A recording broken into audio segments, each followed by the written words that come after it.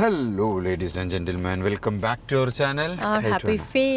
വേണ്ട എന്ന് പറഞ്ഞാൽ ഇത് അത്ര വലിയ കഥ പറയാനുള്ളതൊന്നുമില്ല. എൻ്റെ മക്കളെ കാട്ടാളൻ എന്ന് പറഞ്ഞാൽ എനിക്കിതൊരു അപരാധ പടമായിട്ട് തോന്നുന്നു. പക്ഷേ അതിൻ്റെ ആവശ്യം ഉണ്ടായിരുന്നില്ല അല്ലേ? മൂവി ഒരു ഭയങ്കര ഹൈപ്പ്, ട്രെയിലർ സൂപ്പർ ഡൂപ്പർ ആയിരുന്നു. അത് കണ്ടിട്ടാണ് നമ്മളെ പോലെയുള്ള കോമൺ മാൻ അല്ലെങ്കിൽ സാധാരണക്കാർ ഈ മൂവിക്ക് വരുന്നത്. എന്തോ ഒരു കഥയ്ക്ക് ഒരു സത്തില്ല. അതെ പറഞ്ഞു, കഥയ്ക്ക് ഒരു പവർ ഇല്ല, എന്തോ കഥയില്ല. ഫസ്റ്റ് ഓഫ് ഓൾ കഥയില്ല. But they tried to do something with that story. പക്ഷെ അത്ര ഇമ്പാക്ട് കിട്ടാനുള്ള സ്റ്റോറി ഇല്ല ആക്ച്വലി. ആ ഒരു മൂവി എന്താ പറയുക, രക്ഷകൻ, കാട്ടിലെ കൊള്ളക്കാരൻ, basic story and the ending is like waste. ഞങ്ങള് അങ്ങനെ ഞാൻ നെഗറ്റീവ് പടങ്ങൾക്ക് പറയാൻ ഇഷ്ടപ്പെടാത്ത ഒരാളാണ്. കാരണം അതിൽ അവർ ആൾക്കാർ ഇടുന്ന എഫേർട്ട് കാര്യങ്ങളൊക്കെ നമ്മൾ വെറുതെ ചുമ്മാ ഒരു 50 ദിർഹം അല്ലെങ്കിൽ ഒരു 100 ദിർഹം കൊടുത്തിട്ട് ഒരു സിനിമ കാണാൻ പോയിട്ട് നമുക്ക് അവരെ ക്രിറ്റിസൈസ് ചെയ്യാൻ പാടില്ല. ബട്ട് ചില മൂവികൾ കാണുമ്പോഴേ ഇത് എന്താ പറയാ, ഒരു അനാവശ്യ മൂവി ആയിട്ട് തോന്നുന്നു. പെപ്പയ്ക്കൊക്കെ ഈ റോളിന് ആവശ്യമുണ്ടോ എന്തോ, വെറുതെ ഒരു പടം കാണിച്ചു കൂട്ടി. ആക്ഷൻ ത്രില്ലർ ഫിലിം സ്ലോമോ മാത്രമേ ഉള്ളൂ. Every scene is in slow motion, especially second ഹാഫിലോ ആ ഒരു നമ്മുടെ ഹനാൻഷ ഉണ്ട്, പാവ ഊമയായിട്ടാണ് അവർ ഇതിൽ അഭിനയിക്കുന്നത്. എനിക്ക് തോന്നുന്നു ഊമയാണ് ആ ക്യാരക്ടർ.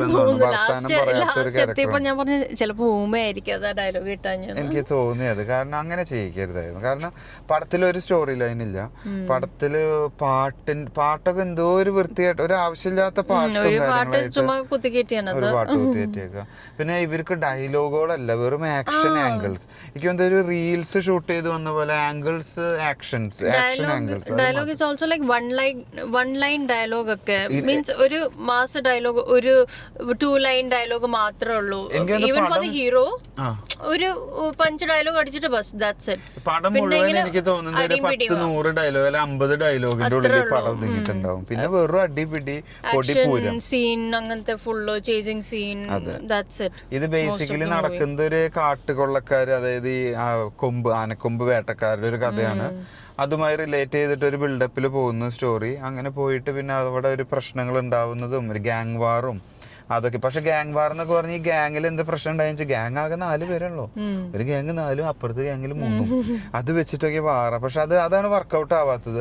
പിന്നെ ഇത് നമ്മുടെ മാർക്കോ മൂവി ആയിട്ട് കണക്ട് ചെയ്യിക്കുന്നുണ്ട്, ആ ഒരു ലൈൻ പിടിച്ച് പോവാൻ ശ്രമിക്കുന്നുണ്ട്. പക്ഷെ എന്തൊക്കെ മാർക്കോയിൽ സ്റ്റോറി ഉണ്ട്, ഇതിൽ സ്റ്റോറി ലൈൻ ഇല്ല, ഒന്നുമില്ല. ഇത് വെറും ഇടിക്കാണെന്ന് വെച്ചാൽ ഒരു ഇടിപ്പടം വെറുതെ ഇറക്കിയാൽ മതി. Hero he played the role well. ആ ക്യാരക്ടർ നല്ല ക്യാരക്ടറായിട്ട് പ്ലേ ചെയ്തു ആന്റണി ആക്ച്വലി. പടം എന്ന് പറഞ്ഞാൽ പെപ്പെ ഇടിക്കും, നല്ല ഇടി സീനുകൾ സൂപ്പറായിട്ട് ചെയ്യും. And he looks good in that character. In certain characters he looks good in that type of characters. ഈ ഡേവിഡ് മൂവി ഒക്കെ വന്നപ്പം I think he was really good in that role.